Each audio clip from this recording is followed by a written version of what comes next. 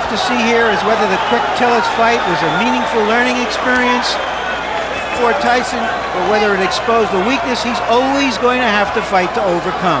Let us also remind you that we have ringside our own unofficial judge, Harold Letterman, who is, of course, a judge in the state of Nevada and was so much a factor in the last fight that we showed you here on HBO, that between Larry Holmes and Michael Spinks. Round one. Expected. Mike Tyson comes out like a locomotive, going straight to box. Pretty much do the same thing a boxer should do to a puncher. Keep that jab in his face. We're not real pleased with the Tillis fight because they said, both of them said, that he didn't double up. He just was a little bit lazy, especially in the later rounds. So we'll see what he does about that against Mitch Green. Well, Mike Tyson told me the fact that he was somewhat a little reluctant to go full steam because he was going 10 rounds. I had the same experience when I fought. It's in your mind, you know, the fact that can you go additional 2 rounds. But being conditioned like Tyson. Kind of getting over the butterflies of the first round, and he has them. He told us he definitely has or lying. What is your adrenaline? It's that anticipation of facing your opposition, knowing that he's capable, and the fact the crowd here, who are definitely for Mike Tyson. And he, of course, will be business. In fact, he credits Customato with his career, and will develop it as this evening goes on. Well, Mitch Green is complaining about the head, staying close to his front, staying close to his opponent. It's similar to Joe Frazier, always aggressive, right in front of his man. Now we see some head movement. Green is off balance when he throws his punches. Well, the mistake that Mitch Green makes is a guy like Mike Tyson respect you. Have to get those punches in and get him in shot. That was working for Quick Tillis. Remember, by Tyson. Come on, let it go, say. And shots to the body. Too good of a job now. So those body shots slows down your maneuverability.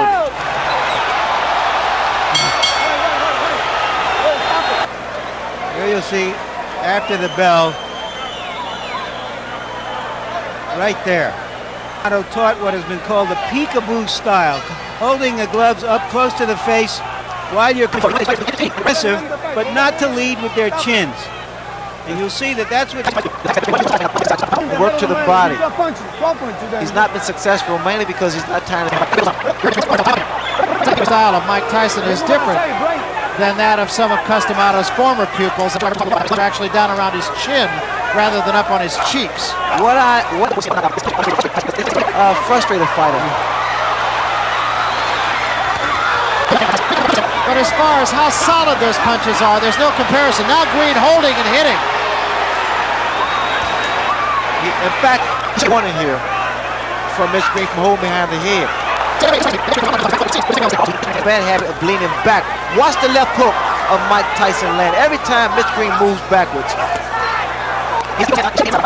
So he's able to throw quicker shots. There's the left hook I was talking about. What happens by him being so close to Mitch Green's mouth? He was knocked out by left. To Green's credit, he hasn't taken a backward step, whether that's why. You know, it's time and time again, that left hook, and those little... I told you, stop holding him punch, man. And he did draw a warning from Luis Rivera, the referee, about holding... leverage the body shots. Watch for the left. Green was a gang leader. They say he had over 100 men in his gang. Right now he needs some of them. And again, Mike Tyson. Advantage. Mitch Green is doing the wrong thing. He's fighting Mike Tyson's fight, trying to fight him inside. Tyson. That's exactly what Green's corner. Green has been bleeding from inside the mouth, and I can't help but wonder if maybe he might not have suffered some jaw problems. He kept his mouth up.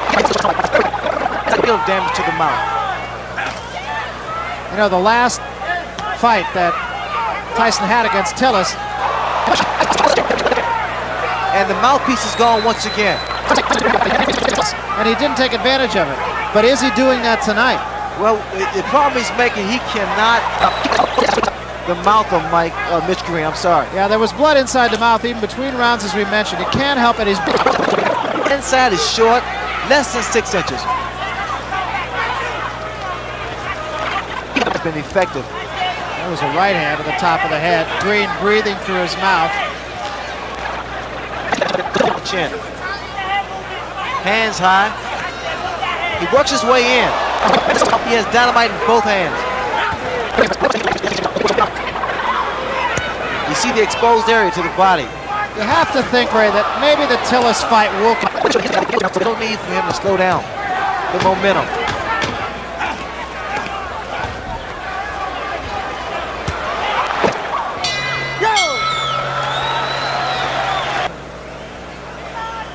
Now here we see why the mouthpiece come out and anxious to get to work. I want to mention one other thing too, and that is teeth in. Professional. Let's look professional. Come on.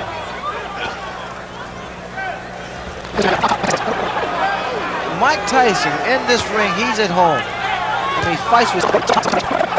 Right now is warning Mitch Green for holding. Second time he has one.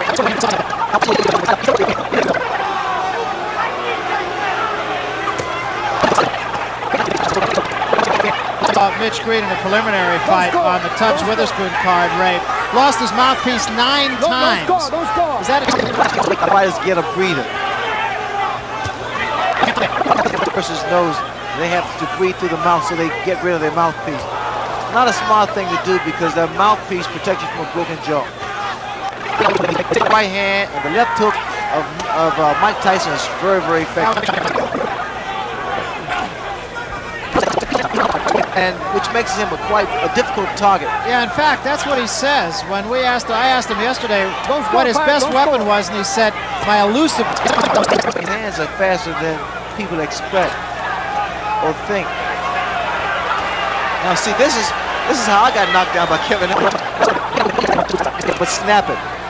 Gotta draw it back quick. Something that he did not do against Quick Tillis. Yo. Come on, back. Come on. Incidentally, although it's not that Just a second ago, Mitch Green got a little upset with the referee. I guess the referee was trying to warn him for holding, and Mitch Green indicated to Tyson, because Tyson's going straight ahead. He's coming straight ahead.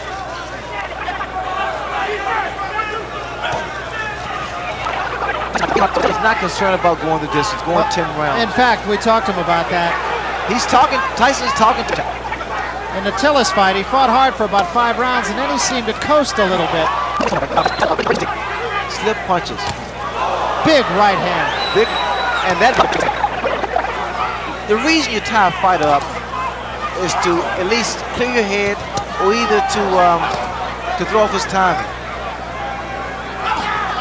Well, just how hard Mike Tyson hits can be learned in talking to some of the people he fought. Look at here. Just laughing at him.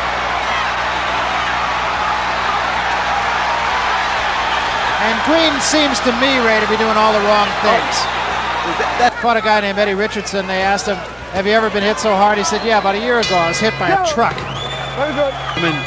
slapping some clothes on a rock. But if it drips long enough, it's going through the rock. It knocks the head back. Thinking in Mitch Green's corner too, they were telling him that Tyson's getting tired. I don't see that. I doubt that very seriously. Main to the midsection.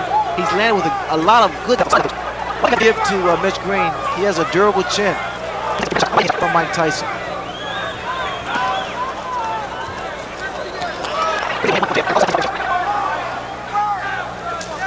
Another big finish the Tillis fight.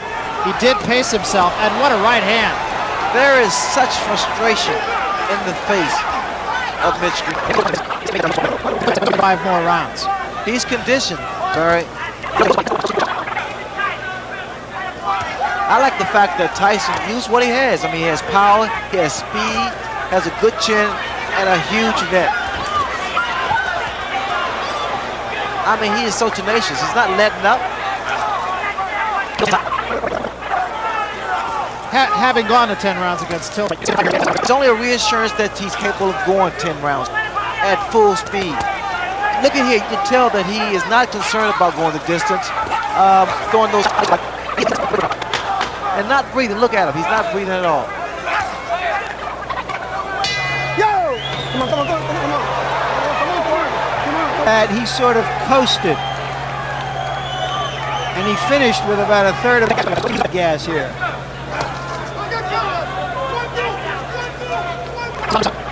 The energy.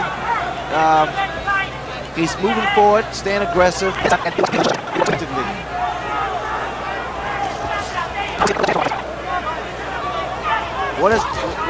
There again, Mitch Green is throwing his punches, not doing any damage. Is this a good test, you feel? You got guys that, especially like a Mitch Green, the average head weight is around 6 feet in the ring. Chopping right hand.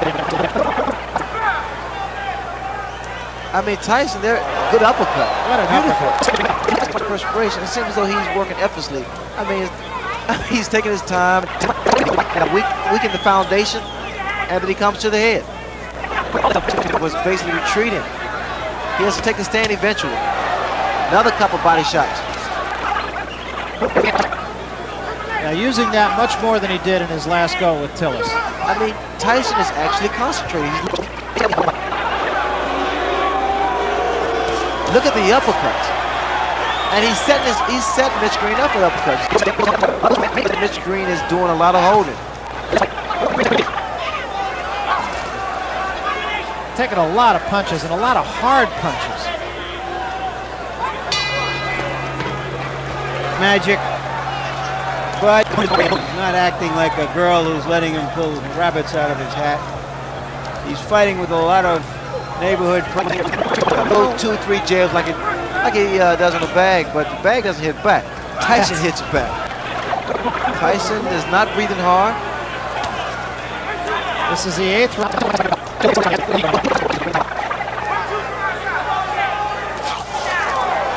Attempt with that right hand for Tyson. And now we see Mitch Green. He landed with a good uppercut there. Green just trying to tie Tyson up, and a couple of good shots by Mitch Green. His best rally of the fight right here. Look here. No. He's caught Tyson 4 or 5 times, and Tyson is smiling, but see, Green has those fast hands. Good Mitch Green.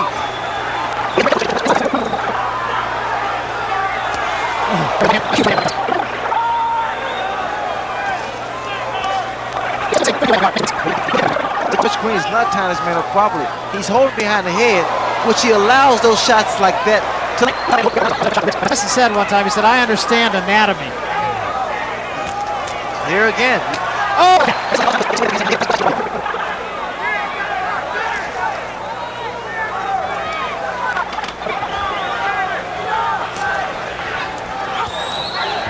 See the body shots. Yo! Good fight for Mike Tyson. It indicates that his management wants to get him tested. They want to get him into a position not where he's merely going to be maneuvered into a title fight, in a title fight. Tyson draws a warning for headbutts. Mitch Green has to keep those hands hand or left hook. Doing the Pee Wee Herman.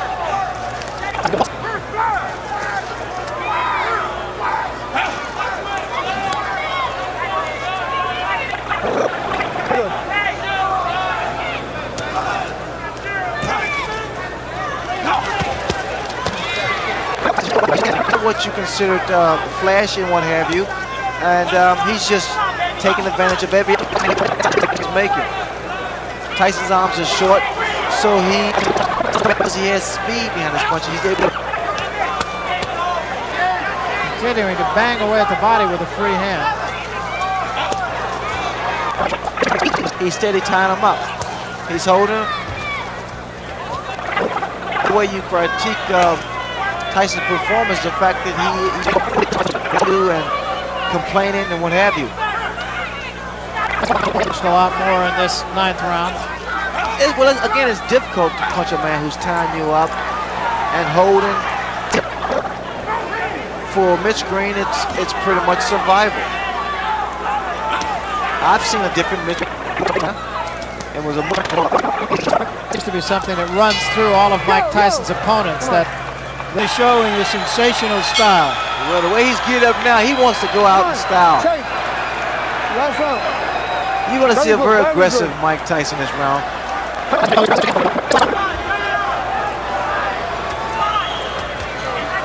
Tyson wants to go to work, but Green here doesn't want to. It's a bad performance for Mitch Green. And he has some grievances with Don King about not getting the type of money that he wants. But the fact is, he has.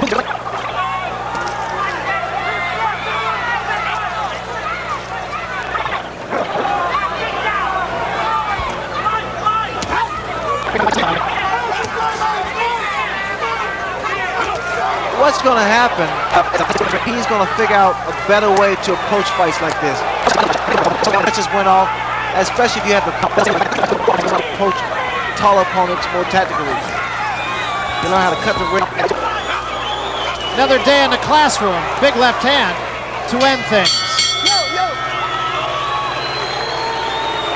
As you can see, he was pretty effective with his punches, and there weren't a lot of jabs in there. He threw a great deal of punches, more so to the body. Gabriel observed the fight 8-2.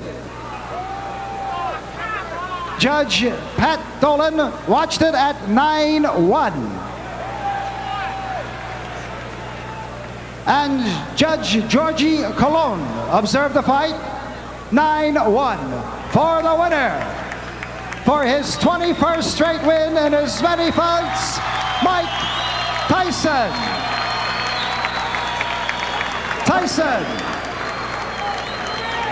Green was not a fighter tonight. All he did was try to survive, Barrett. I was quite disappointed in Mitch Green's performance. He did nothing. Right now, Larry Merchant is with the winner, Mike Tyson. Let's get up to the ring, and Larry and Mike. Larry? Mike, this is your first fight here in the big room at the Garden. Were you satisfied with it? Almost definitely. I don't want to sound rudish or anything. I didn't want to knock him out or anything. I wanted to put a lot of pressure on him and make him decide himself whether to give up or not. He wouldn't get knocked out, because if he get hit on the chin, he can't see the punch, and he will say, oh, I didn't see the punch, I got knocked out. So I left it up to himself, and as I must say, I must take my hat off. He's a very tough individual. That's a little bit odd. You're saying you didn't want to knock him out because you hit him some awfully tough punches for a guy who didn't want to knock the other guy out. Well, they were tough punches, but they weren't devastating punches. They were rugged punches. Boom. Because I knew he was a professional, and if he would have went down from the punches, that would have been the fact that he gave it up. That's his problem. Isn't your goal just to win it as quickly and as devastatingly as you can? Most definitely, but I wanted to give a 10-round good performance, which everybody liked. How would you rate this performance as against the Quick Tillis performance, and what did that mean to you, having gone 10 rounds, perhaps not as satisfactorily as you would have hoped the last time? Oh, well, those things happen. As you say, I had a 7-week layoff, and going 10 rounds, I'm telling you, it's fun. I'm having a good time in there. I saw something I never saw before in a fight tonight. While your trainer was jabbering away there between rounds, you just sort of leaned over and kissed him like you were having a good time. Because we knew we were going to win this fight so easy. In the paper, everybody, he was going to knock me out. But we knew deep inside that I was going to win this fight so easy because of his style. He's a dang tough opponent, and he took some fairly decent shots. But as you know, I won comfortably, and I didn't try for the knockout, and I used a great deal of discipline in there, not knocking him out. Customato, your old mentor, wanted you, as all of his fighters, to be an entertainer, to excite the crowd. They were excited today. Did he? In the last few rounds, there was a little booing. Do you think it was for you or because he wouldn't fight you? When the decision was up, who you think they cheered for? There was no boos. You know, they booed because he was pushing a bug, and he bumped my head. He was bumping heads with me. Are you on track to the heavyweight title? What's your schedule for the heavyweight championship? In this predicament, you have to talk to the charming gentleman on my left.